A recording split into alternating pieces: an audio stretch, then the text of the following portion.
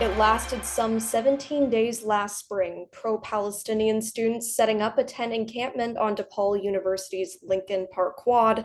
The university eventually shut down the encampment, but as I found out, the impact of that encampment remains a powerful force at the university.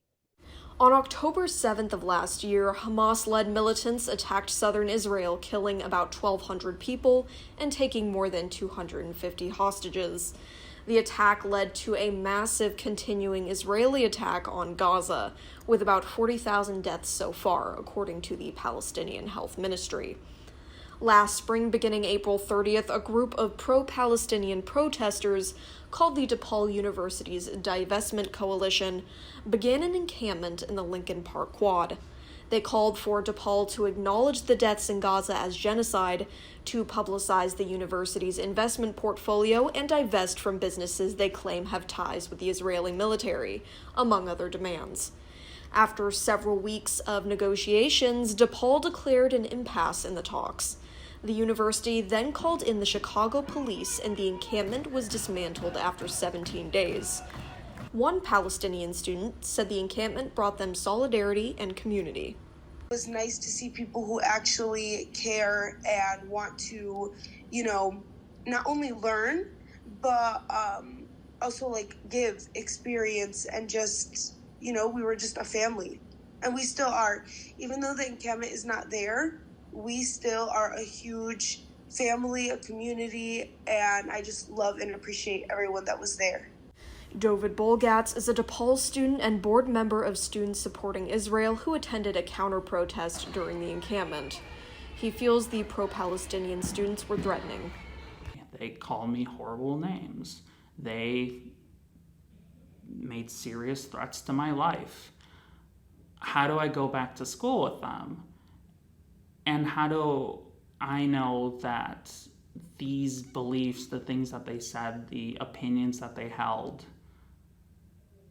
haven't gone away just because the encampment did?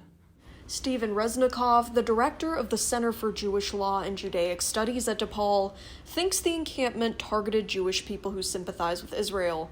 He's concerned about possible future demonstrations on campus. I don't think it was not. In no way was it educational. It just fomented more hatred and insecurity on behalf of those who were hated. So if the ongoing activities or the new activities that are scheduled are going to be anything like that, it's just more the same. On August 8th, DePaul issued updated guidelines for demonstrations on campus. They require space reservations for demonstrations and prohibit actions that block access, create excessive noise, obstruct views, or involve violence or safety threats. Hannah Ayesh, a member of Students for Justice in Palestine, or SJP, sees the guidelines as a targeted attempt to keep students from speaking out. But that's not going to stop us at all. I mean, even us being here today, we can possibly face consequences for that as SJP. But I think what we've come to the realization is that if we continue to allow their scare tactics to work, that no change is going to be possible. Bolgatz wishes the guidelines explicitly mentioned protecting Jewish students. All I was looking for was a commitment to keep Jewish students safe, and I didn't see that. I wanted to see the president go, anti-Semitism will not be tolerated, and he didn't say that. And to me, that says more. To me, that was loud. On September 12th, DePaul's SJP held their first march on campus since the encampment was dismantled. Ayesh says the demonstration was a sign of the movement's continued strength and sense of community. I think we formed such a really strong community that lasted even after the tents went away, that, we're able to have events like this and still have, a lot of people show up. Because I think the encampment made people realize that they're not alone in what they're believing.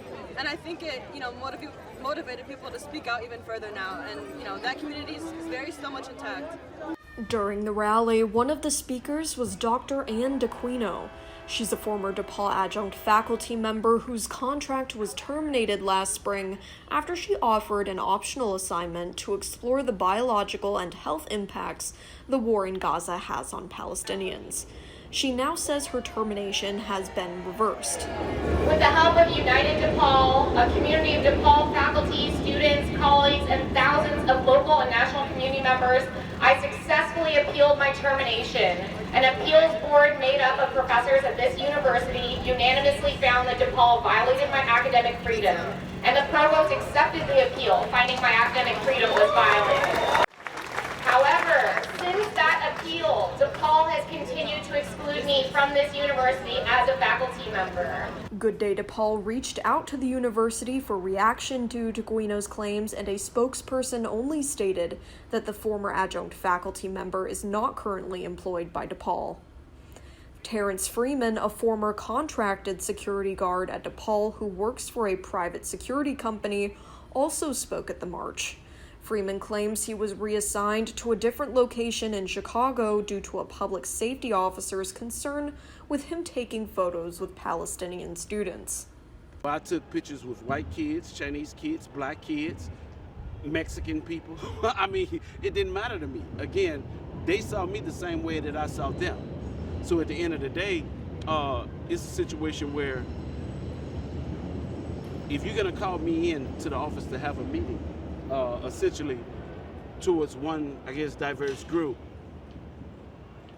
I don't know how you cannot say that you're not singling them out. DePaul responded to inquiries by saying that Freeman was working for an outside security company contracted with DePaul, and he is no longer assigned to our campus. Meanwhile, SJP's Hannah Ayesh feels voices like Teguino's and Freeman's reinvigorate the movement. Other faculty members, other students here who are risking like their time and like their future careers to even support us. I think that's a clear indication as to where we're going. DePaul continues to respond. The safety of our students, faculty, and staff is a top priority at DePaul. Staff continue to work closely with our student groups to hear and respond to their concerns while ensuring DePaul remains a welcoming space for our diverse university community. For Good Day DePaul, I'm Morgan Kirsch.